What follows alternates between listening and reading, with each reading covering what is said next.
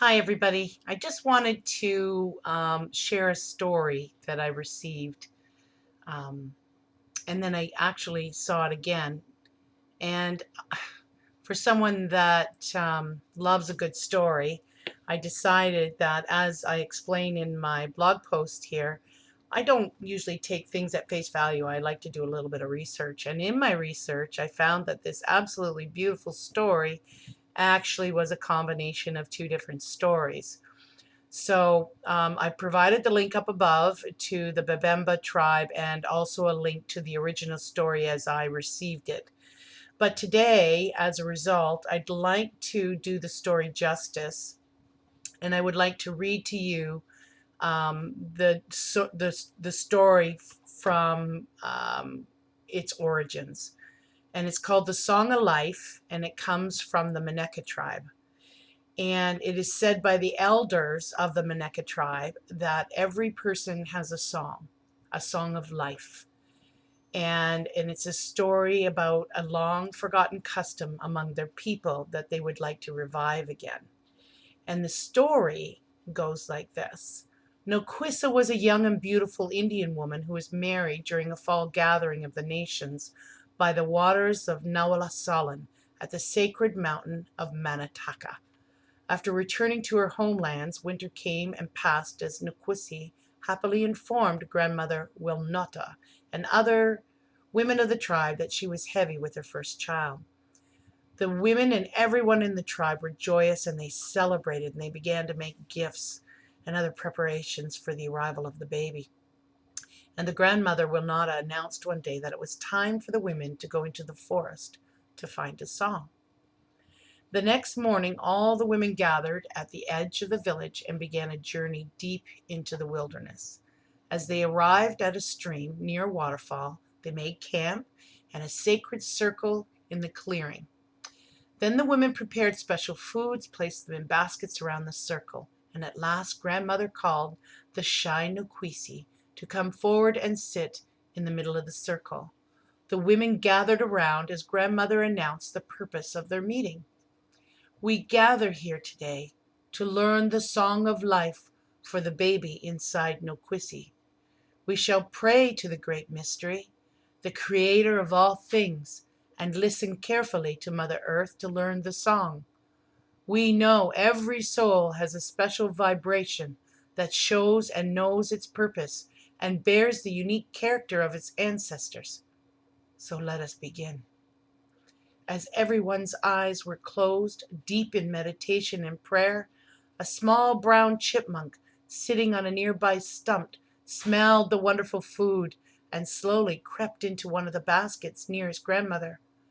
Nervously looking from side to side, the little chipmunk carefully slid into the basket and began to eat to his heart's content.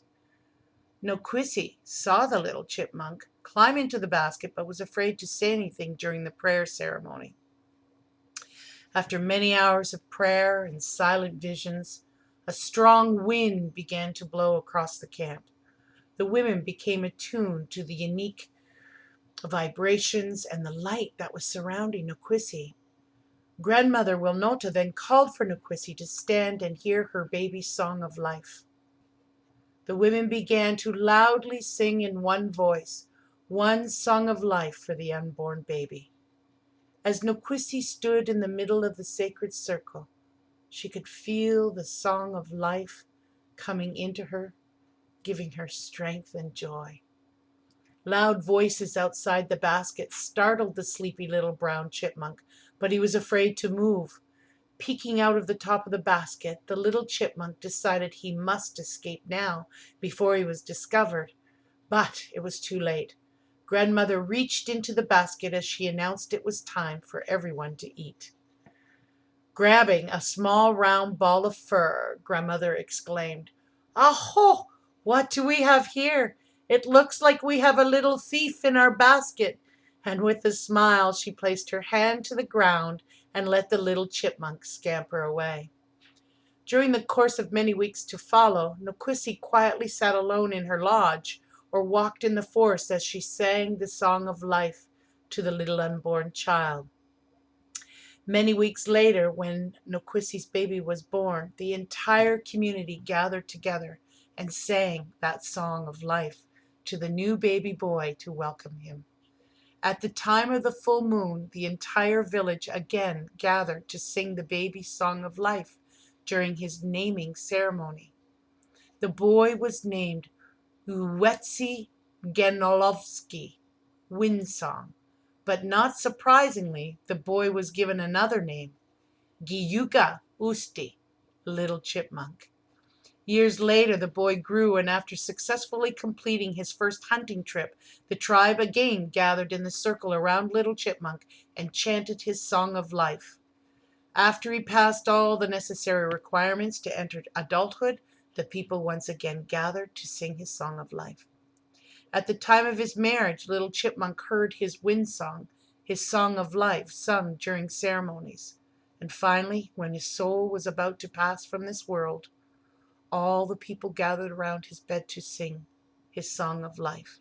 And so he passed. Each of us know that we have a song, a beautiful vibration within as a reminder of our eternal purpose. And those we love must sing that song to us throughout our lives. They do it in various ways. We all yearn to be loved, acknowledged, and accepted for the person that we are. There's another event when the tribe gathers to sing the song of life to an individual. Whenever a crime or a serious antisocial offense is committed, the person is called to the center of the circle and expected to admit the transgression. Then the village sings their song of life to the child within the person. And in this way, poor behavior was corrected by reminding the individual of who their real self in the Creator's eyes are. And after the song of life is sung by one's family, friends, and neighbors, there's no desire to do anything to disrupt the wonderful blessing given by the song. Our people did not have jails, prisons, and insane asylums because there was no need. Punishment was the extension of love in remembrance of the true identity within the person. And so that story goes. When you know your song of life, you have two obligations. The first is to find people who have a similar song, similar vibrations, and you sing it to each other. The second is to pass this wonderful custom down to the next generation. And in this way, we support our brothers and sisters in their walk, and we provide future generations with peace and happiness. Aho. So there you have it. There's the story of the Manataka. I apologize, sorry.